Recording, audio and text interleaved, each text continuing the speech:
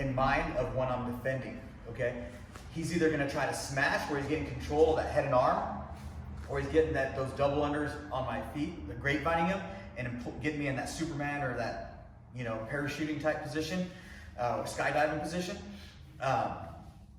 Or he's gonna be trying to attack and get me tired by putting all his weight a little bit more in an upright position, okay? So if he's putting that pressure on me, where he's like trying to get low, that's where I'm gonna get this position here, right? Where I'm getting my elbow from the inside, flattening this out, hooking this foot, and then moving my hips over.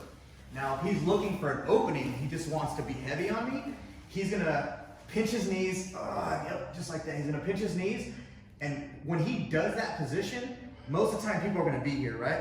And this is where it's easy for him to just put all his weight on one arm and, well, either strike or he just, and then just pin it to the ground, boom. And now he has Americanas, arm triangles, arm bars. If he brings me up, he can turn, right? He just has a lot of different moves that he can do from there, okay? The other thing that he has from here that we don't really realize, as soon as he pinches his knees, he's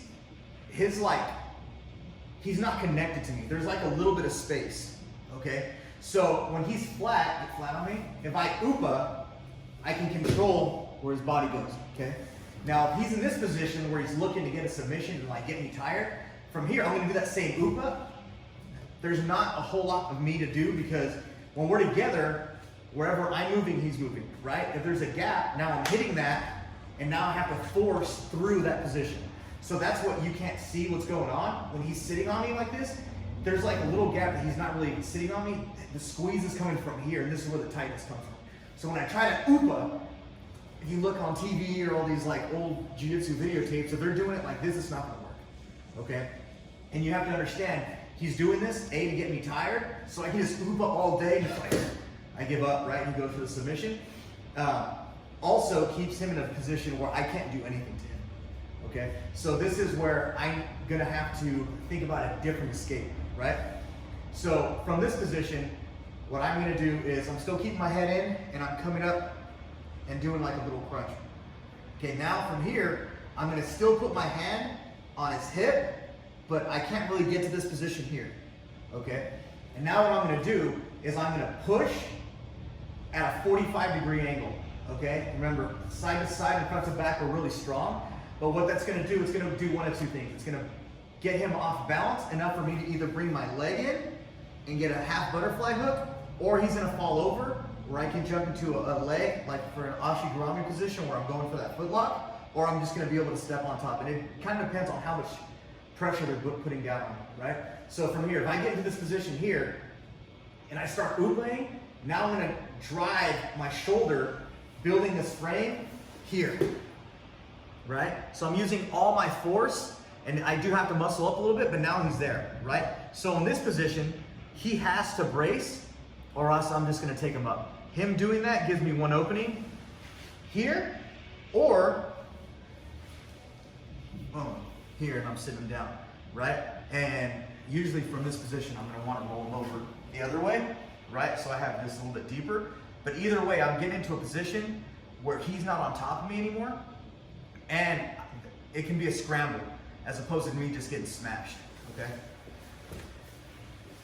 So I'm doing my crunch, and I'm here, and now from here, I'm kind of just pushing, I'm pushing my hips out, but because I'm building this frame, it's easy for me to kind of leave his hip there, and my hip is what's kind of bringing it past his knee, because my hip's stronger than his knee, right? So I'm almost just holding this so he can't move forward, and I'm exploding my hips out, and then it looks like I'm kind of throwing them, even though it's more of just my hip escape that's doing it. Okay, now from there, like I said, all right, now we're back into a butterfly position, or like start getting on top for my combat base or that passing position, right?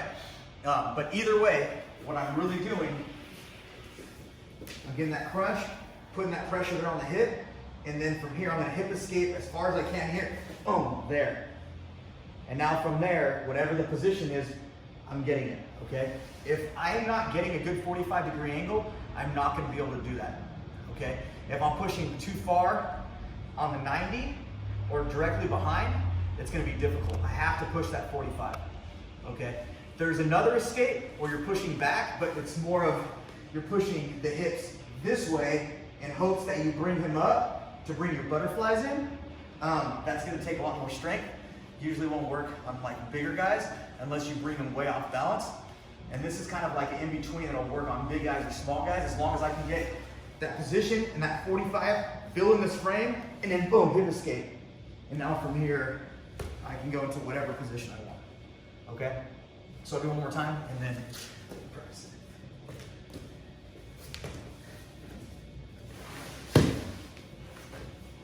Right? And the body's gonna do different things, right? On that one, his leg moved back to keep a good base, so it gave me butterfly. If he falls over more, he might give me the Ashigarami position where I'm able to control his leg. Or I can just come up to that combat base, and then from here we can scramble or go for the takedowns. Okay? So let's do it.